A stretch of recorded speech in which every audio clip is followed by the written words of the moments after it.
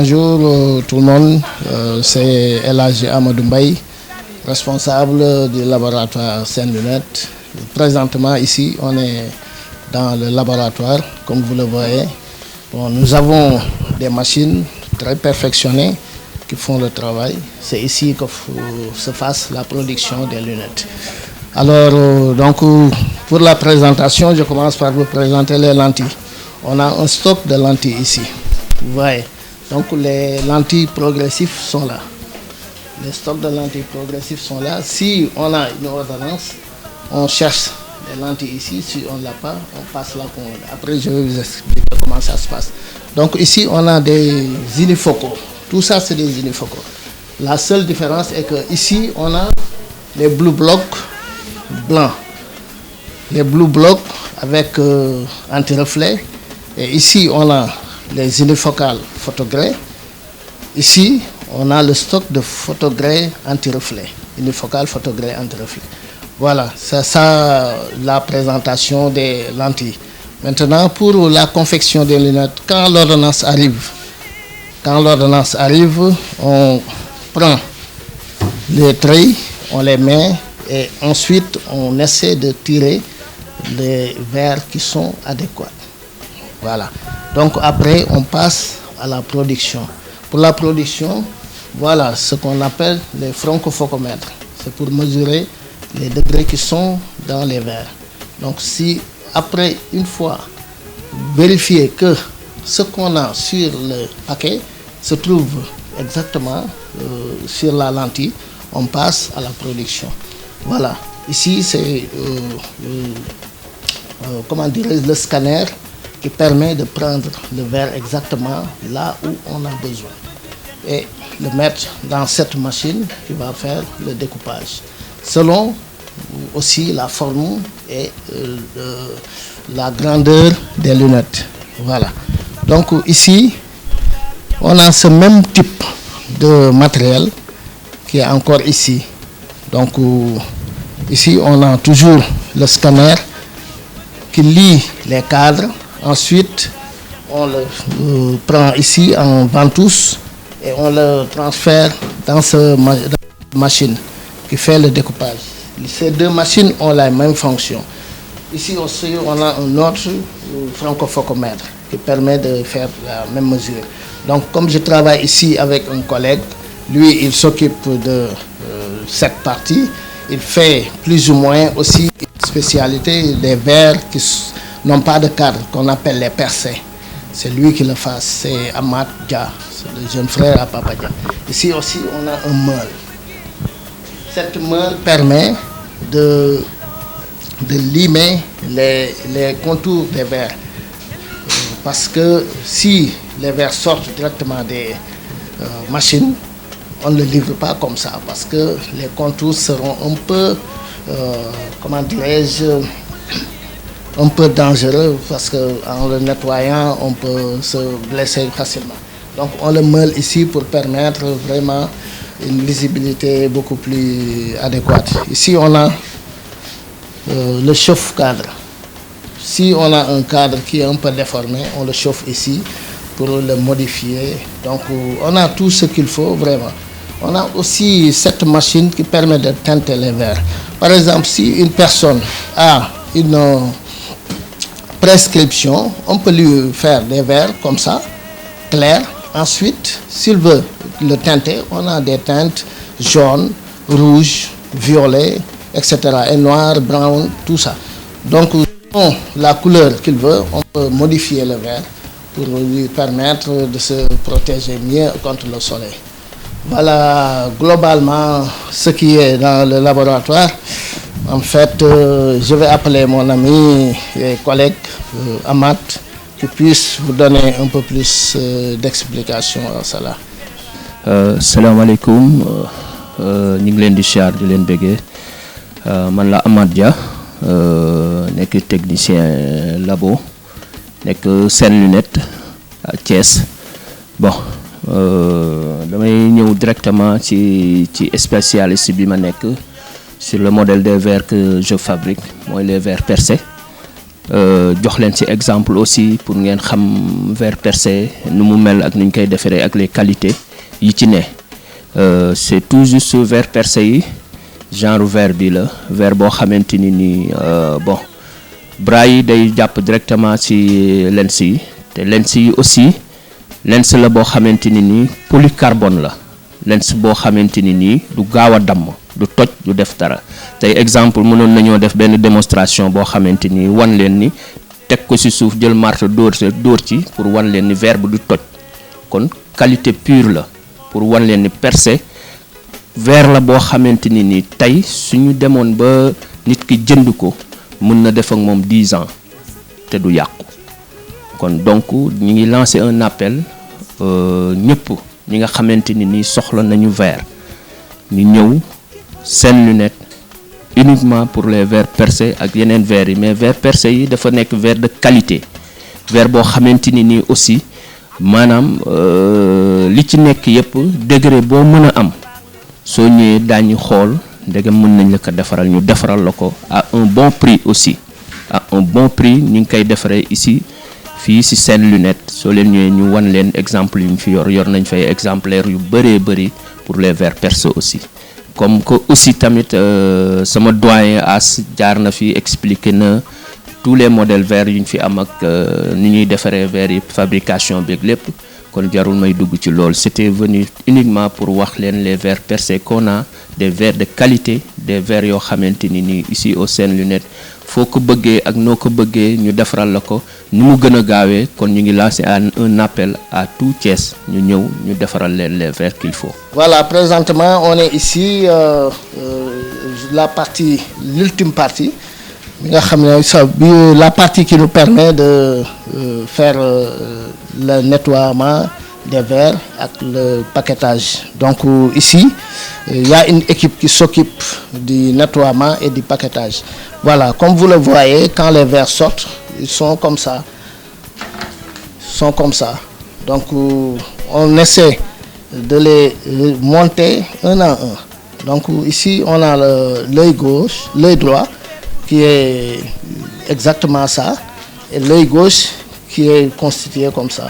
Voilà, donc quand on monte les verres, après on vérifie si c'est exactement correct, s'il n'y a pas de fenêtre, parce que s'il y a une fenêtre où on voit que le verre est un peu petit, on recommence la production. Donc chaque fois on s'assure que les verres sont exactement faits de manière très, très normale et très claire. Voilà, donc après le nettoyage, on passe au paquetage. Ici, on a des trays, des cases. Après le nettoiement, on les met dans les cases avec des chiffons qui permettent de nettoyer les verres à chaque fois qu'ils sont un peu flous ou bien, etc. Voilà. Donc je pense que cette partie est une partie très importante. Donc on doit s'assurer que les verres sont propres avant de sortir et que aussi les degrés qui sont sur les ordonnances sont exactement sur les verres. Donc avant la livraison, on vérifie toujours avec le francophocomètre exactement si on a les mêmes mesures. Voilà, grosso modo, la partie finale de la production. Faire la démonstration de la qualité des verres polycarbone.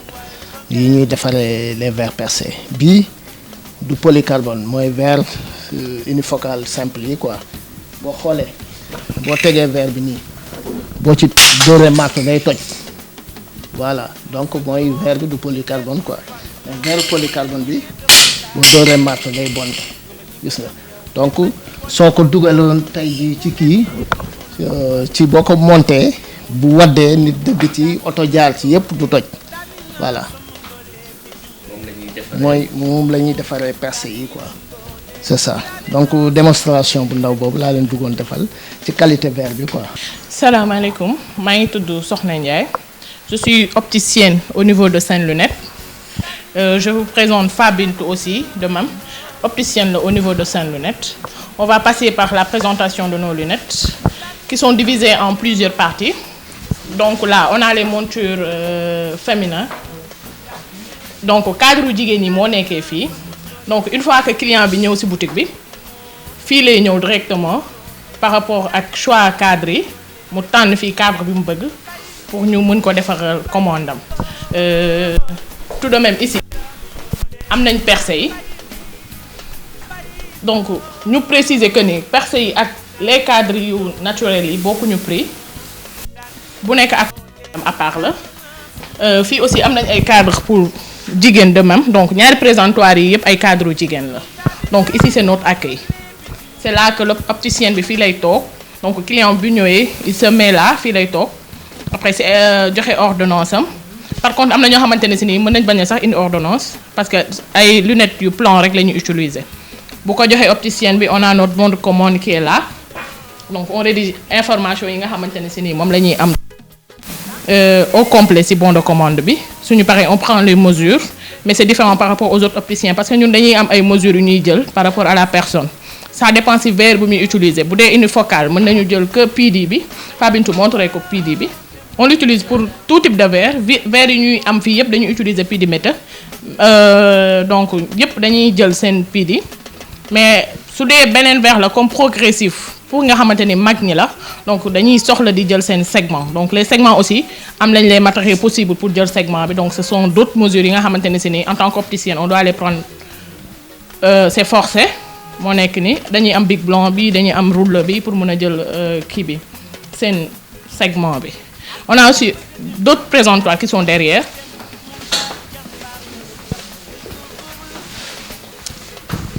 donc bii ce sont des lentilles fashion ay cadres yu fashion la yu jigéen la notamment dina am yu góor yu ñu mélanger aussi ci suuf moo nekk ci suuf yii mooy yu jigéen ñi présentoir bi aussi ay frame yu kii la frame veut dire cadre yu góor yi moo nekk nii fii dañuy am noir fumé ça se vend à part dañ koy jaay à part am nañ aussi différents cadres qui sont là donc pour les ouvriers aussi on les a pas oubliés parce que defaral nañ leen ay noir fumé yu pare c'est-à-dire que ay menuisiers métalliques ak yooyu noonu bu ñu ñëwee donc suñu waxee seen besoin on peut les proposer directement noir fumé yi par rapport ak seen type de métier notamment am na aussi pour les mamans yi ñi nga xamante ne si nii mën nañ leen wàññil prix donc mën nañ leen proposer aussi noir fumé yi waaw ce sont des polycarbones donc c'est incassable verre bi mën na wadd du def dara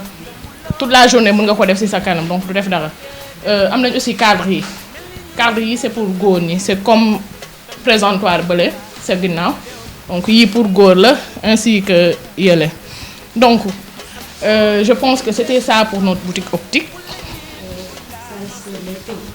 donc on va parler des prix je pense donc ñun am nañ benn programme social comme on l'a dit par Phoenix Foundation donc prix yu bari dañu koy break donc de 0 à 10 ans l'opticien est tenu de savoir xale bi ñaata at la am pour nga mën ko may verre donc de 0 à 10 ans on offre gratuitement les paires de lunettes aux enfants de même que de plus de 75 ans on offre aux adultes maanaam les vieillards donc dañ leen di may verre bi aussi gratuitement donc tranche d'âge bi nga xamante ne si nii moo nekk de 10 ans entre 10 ans 11 ans vers 74 ans dañ leen di jaay verre mais notamment dafa am benn break de prix donc quand on vous donne l'exemple des unifocales photogré qui devraient normalement coûter vers les 60 ou 70 000 donc nous on les va à 29 000 donc day am benn break de 21 000 boo xamante ne si nii dañ koy kii 31 000 plutôt boo xam dañ koy dindi qui couvre l'autre partie quoi. Les 30%, le patient va payer les 40% du tarif. Donc les verres qu'on a tendance à entendre que nous n'avons plus de 200 000, nous on les vend en 49 000. Ce sont les progressifs photogrés anti-reflets. Donc nous on les vend en 49 000, mais par rapport à l'ordonnance, parce que tu as une ordonnance expirée, voilà ce cylindre, donc il y a des commandes à l'aile. Donc il faudra que yooyu ñu yokk tuuti prix bi pour mën naa amal sa lentille exacte li ñu amee siège la ko pour mu bañ la sonal ci sa kanam je pense que c'est tout par rapport ak yooyu donc temps de commande bi aussi il y a des lentilles comme les unifocales yi nga xamante ne ci ni seen degré yéegul torop nekkul moins 10 moins 9 yooyu en 24 heures mën nga jot say verres ou plus tard 48 heures parce que labo parfois mën nañu am des problèmes de commande yi mën na bëri foofu, donc on est obligé de vous donner 48 heures pour ne pas vous faire attendre ici. Bu dee les progressifs notamment am nañ fi ay stock ci biir labo bi yoo xamante ne si ni mën nga ñëw tey ñu defaral la ko en 24 heures, mais aussi bu dee dafa am ay cylindres wala yeneen paramètres yoo xamante ne si ni c'est un peu médicaux, yooyu dañ lay jox délai de 15 jours pour ñu mën la ko commander à l'extérieur pour que mu mën a ñëw ci délai bu mën na ñëw sax moins de 15 jours, ça dépend de la commande. Bu ñëwee donc 10 à 15 jours, l'opticien est tenu de vous appeler encore parce qu'on prend vos informations personnelles par rapport à votre numéro de téléphone pour que su commande bi paree net, c'est l'opticien qui vous appelle mu nga ñëw jël ci sa commande. En plus juste après dafay am suivi bi mooy après vente bi, l'opticien est tenu de vous appeler pour voir votre satisfaction, maanaam dina xool ba xam verre bi ça vous va, lan nga ci gis, lan nga ci xalaat, ainsi de suite. Te machallah depuis que Sen Lunettes et Sans Lunettes, on a eu que des satisfactions de nos clientèles. Suñu adresse mu ngi nekkee ci ginnaaw hôtel Massa Massa, cité Malick Sy précisément. Donc notre numéro commercial c'est le 77 874 15 22. Le 77 874 15 22. Je m'appelle Bouba Dia, manager général de Sen Lunettes. Donc on a un programme social xam ne moom la ñu établir attendu au niveau du Sénégal. Donc j'explique un peu le programme social, comment il est. Donc les enfants de 0 à 10 ans, on les offre les verres plutôt. Les anciens, par exemple nit ñu màgget ñi de 75 ans jëm kaw, mag ñi dañ leen di may verres yi aussi, dañ leen di may soit benn vision de loin wala vision de près. Donc depuis qu'on a commencé ce programme il y a à peu près 3 ans de cela, donc vraiment ñu ngi ciy gis bu baax a baax suñu bopp, di ci clients yi aussi di ci gis seen bopp parce que ñu ngi dimbali bari nañu trop au niveau de Sen Lunettes. Sen Lunettes nag mu ngi nekk cité Malick Sy.